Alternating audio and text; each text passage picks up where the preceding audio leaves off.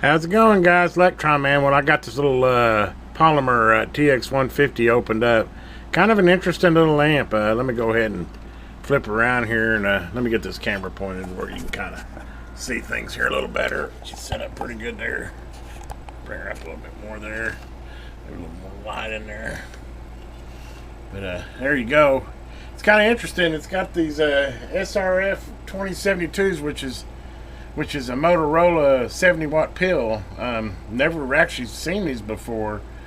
I don't work on a whole lot of amps, so I mean probably amp builders have seen them a lot, but I did a little data sheet looking, and these are 70-watt pills. So 150, like they rate it, you know, they're high gain. Their high gain pills are basically an MRF 455 is what they are, and they're just high gain Motorola RF pills. But like I said, I've never seen them before. Definitely kind of honky on the old wiring here, so we're definitely going to clean that up. Other than that, man, this amp's clean on the inside. It's got a lot more circuitry that I'm not really used to. It's got 3 transistors in it, which I'm trying to figure out. Pretty sure that's your TX transistor there, and it looks like this is your receive transistor here. But I'm not sure what this other third transistor over here is exactly for. I don't know. I'd have to get a schematic out and figure it out. I think it might be to switch the relay on and off for the receive amp. That would be my guess. So you have this one here. When you flip the switch, that tells it to enable this relay, which then routes it around to this receive transistor. And then it's got some protection over here, and you got your high-low, which is basically just low side. It's just pushing it off and attenuating the signal some with a resistor there. You can adjust the bias right here. I'm not going to touch any of that. This, as you see, and I did a little short video on this, this thing's working like a charm, so I'm not really going to mess with it at all. It could use a little cleaning up. It's got some flux laying around it. Looks pretty virgin to me. I don't think those pills have ever been pulled. It looks like the only thing ever happened to it is somebody messed with the wires here, which I'm not sure why they did that. But basically, the only thing I'm going to do is I'm going to go in here and I'll go ahead and clean it up, and I'm going to go ahead and replace the power wires. I got give me some good silicone wire here. I think it's probably like 10 gauge, or maybe 12 gauge. Definitely enough for a little 150 watt amp. But I'll put this good silicone wire in here and get rid of all this mess. It's been repaired a couple times. It looks like, you know, been cut out of a vehicle and then put in another one. I don't know why it cut all the way into here, but anyway, first thing we're going to do is go ahead and get it unsoldered out of here, which I got my welder 80 watter here. But big thing with this iron is, if you notice, it's got a big old element, so it does real good on heating things up, like pulling pills out and stuff. It's probably my favorite one for that. See how fast it unsoldered that. Clean it up a little bit. Boy, it's got a bunch of flux in there I need to clean out. But anyway, I go ahead and get that wire out of there, and go ahead and get the positive out of the same way. Get those wires out of there. We're just going to go back with some good stuff, some good wires, and other than that, I think I'm going to pretty much leave it alone. Let's see if I get this garment out of the back here, and see if I need to pull it out of here. I don't know if I want to go back with that, or I might go back with just a good rubber garment there. And anyway, I need to get me some cutters and cut this out. I'll be back in a second. Okay, I got that little sucker out of there. It's one of them pinch tops. I don't even like those. And look at this mess that was in there. Other than that, this amp's really clean, but I went and had to go find me a little garment to fit in there. I believe this will be the right size for that. Yeah, it fits in there nice. Looks like factory. And then we can go ahead and go back with some real wire here. We'll do a few feet of it anyway. Should fit in there nice. Peel that back. Center grounds goes right there. Yeah, this is some nice silver stranded. So this is it's carried 10 times what that other mess would carry. Solder it. Go ahead and tin her up and get some new wires in here. Whoa, that's what we don't want to do. That's a bad thing. Don't ever solder over your board, I tell you. I got a piece that jumped down in there. I'm going to have to make sure.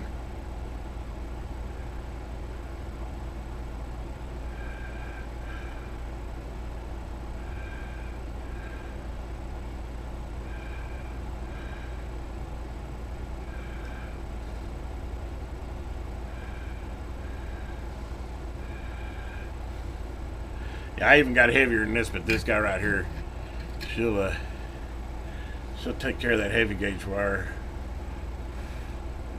Let that cool off a little bit. I'll trim the end off just a slight bit.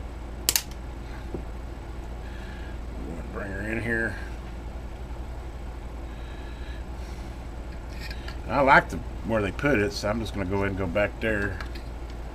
Actually, I need to go ahead and bend it a little bit, kind of give it a little bit of an angle, kind of lay it down flat right there.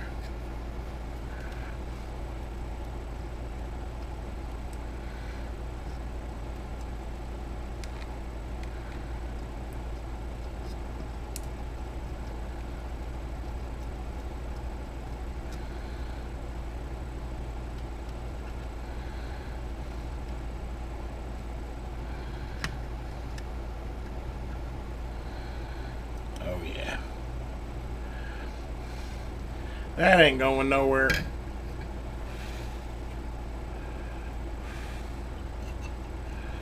And route her like that. Now, do the same on the positive side of it. Strip a little bit back here.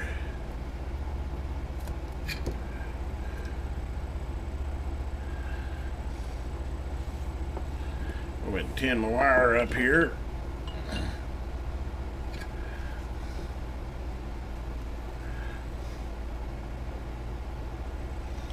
Yeah, you know, most of these soldering irons, I picked them up at garage sales. I think I paid $1 for this one. Actually, I got a whole box of them. There's like 10 of them. I think I paid $10 for the box. So you can't even buy, I don't think, an iron like this anymore. It's a welder too.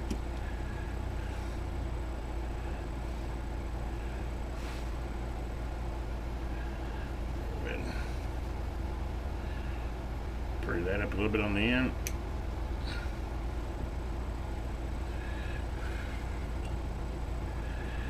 Feed it through.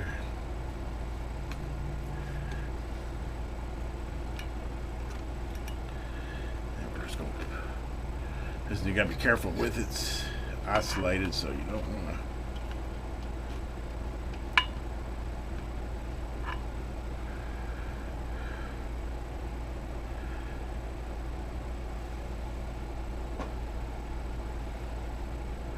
Looks good.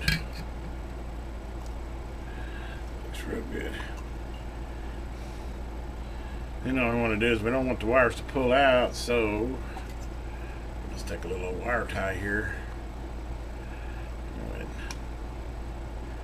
I'll lay them how I want them to set the box. And we just take a little wire tie here.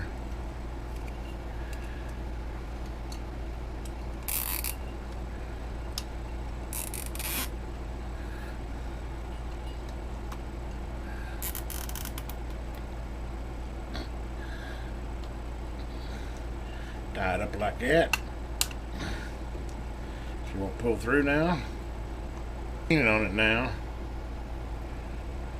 See if I can get all that flux off there. I definitely need to get that little piece of solder that fell out of there. That could cause havoc. And I'll be back in a minute. I'm gonna see if I can't clean it up a little bit. Okay. Doesn't that look a lot better? I could probably even done a little bit more, but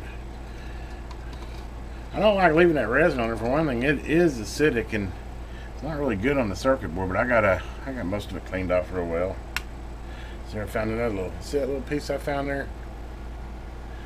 That's the kind of stuff you don't want in there. I blew it out. I think I got it real good. Kind of lightly brushed it. Kind of just cut it a little bit. I wish I had a BB I used some little clear spray to keep it that way. If I had some clear spray, I'd throw a little on there, but I don't have any. But anyway, I'm gonna go ahead and slide this bottom cover back on here. We're going to put this back side back together.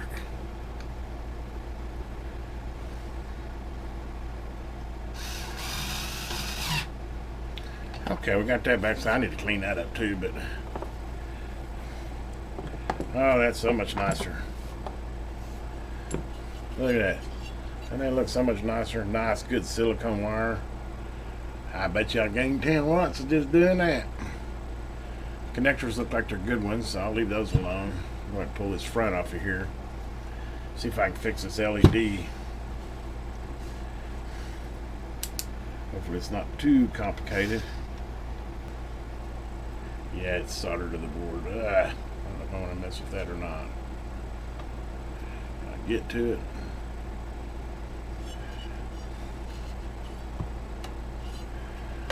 Let's slide this out.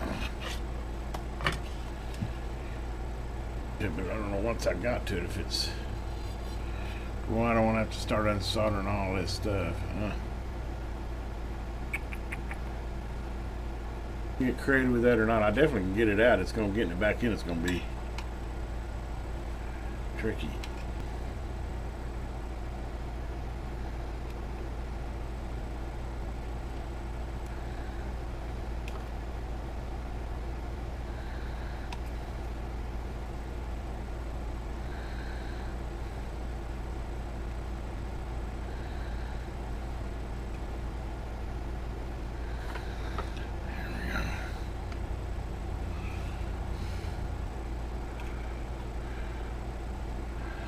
And I'm committed now. I got it out.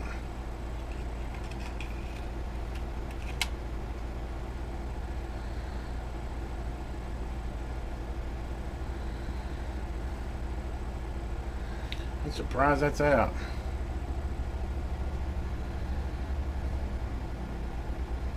Guys don't usually go bad. I mean LEDs.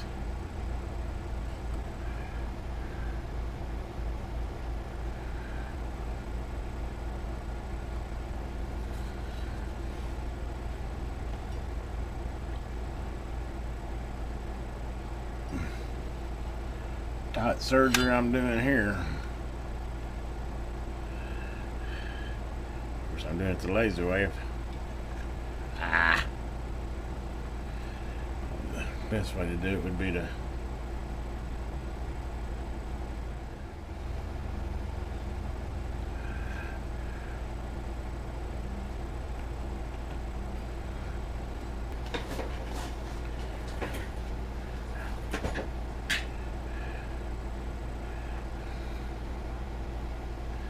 that might be better. Oh yeah. Let's get the right tool.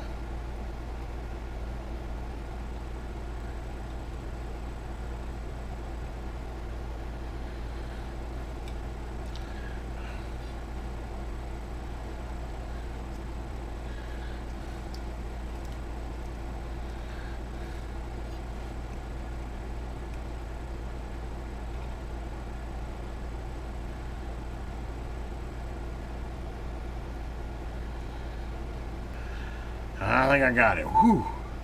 Wow. I ended up having to heat that one wire up and got it a little bit moved, just a little bit more. Now let's just hope I got it in the right polarity. Let's see here. Okay. Let's hook the power back up to it. And let's see. Sucker. And I fixed the blue one. Ta-da. A pretty blue one now, but now I messed up the power one. Go figure.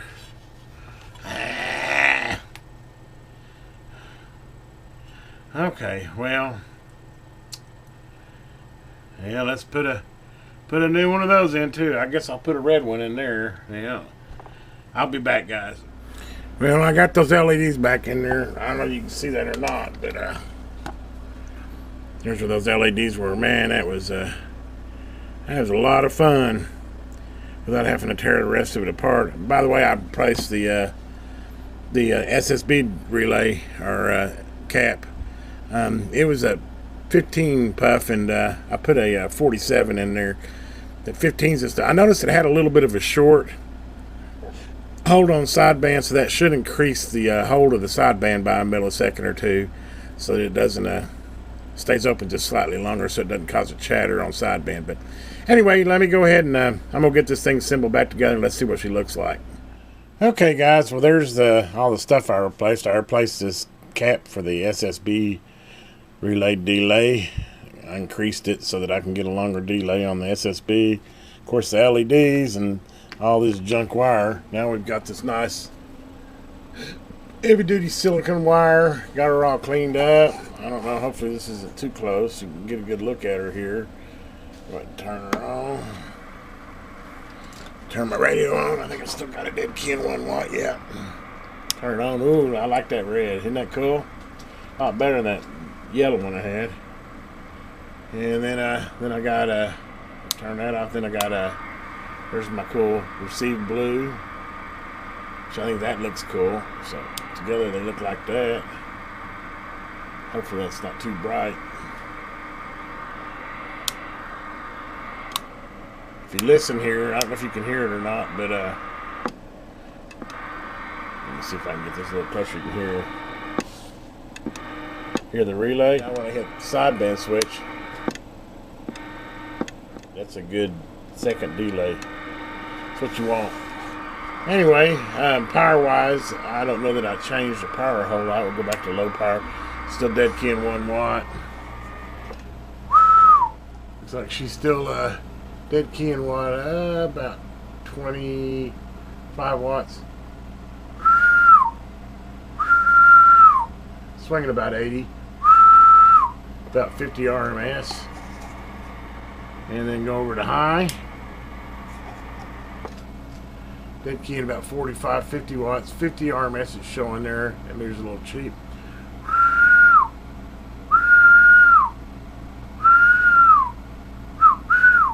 Definitely 110, 115 watts. Actually, let me turn on my other one here. Low power about 40, about the same. And then high is showing about 80 watts. 81 watts. About 116 it's saying on a swing. So yeah, healthy little amp. I like it. A couple of MRF 455s in it. And by the way, I'm running on 12.9 volts. And it pulls right at 20 amps at full power. So anyway, there you go. There's a whole rebuild and everything on a little Palomar TX 150. Cool little leaner, if you ask me. I think I got a bargain. I mean, I paid less than 100 for it, so I think I did good. Anyway, guys, hopefully you enjoyed this little rebuild of it. Have a great day out there. If you hasn't already, please subscribe to my channel. And